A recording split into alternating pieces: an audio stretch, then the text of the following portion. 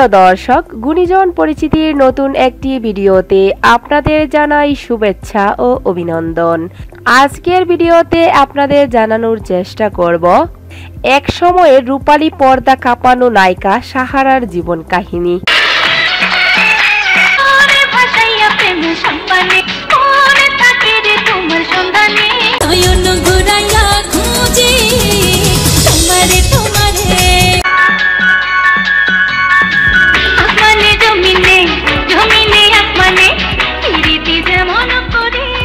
তো প্রিয় দর্শক, শুরু করি আজকের ভিডিওটি।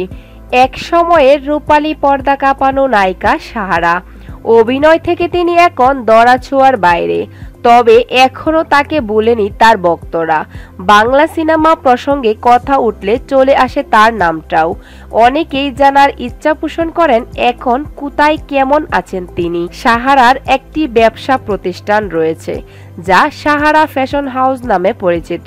সংসারের ও ব্যবসা প্রতিষ্ঠান নিয়ে ব্যস্ত তিনি। সাহারা অভিনীত প্রথম চলচ্চিত্র রুকে দাঁড়াও মুক্তি পায় 2003 সালে। নানা কারণে ছবিটি তেমন ব্যবসা করতে পারেনি, কিন্তু হাল ছেড়ে দেননি সাহারা। নিজেকে নায়িকা হিসেবে প্রতিষ্ঠার প্রচেষ্টায় সাহারা বিভিন্ন চলচ্চিত্রের অশ্লীল দৃশ্যে অভিনয় করে ময়ূরী পলি সহ অন্যান্য বিতর্কিত নায়িকাদের পাশে নিজের নাম যুক্ত করেন।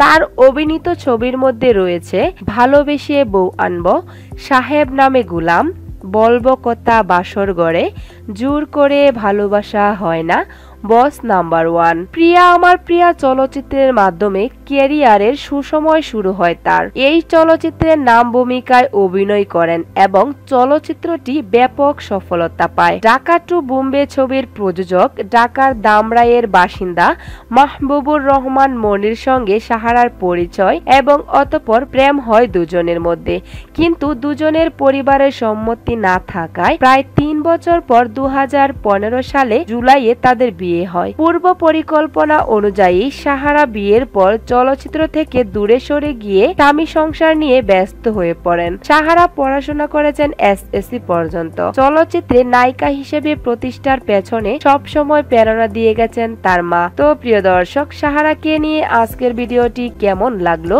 তা অবশ্যই কমেন্ট করে জানিয়ে দিবেন।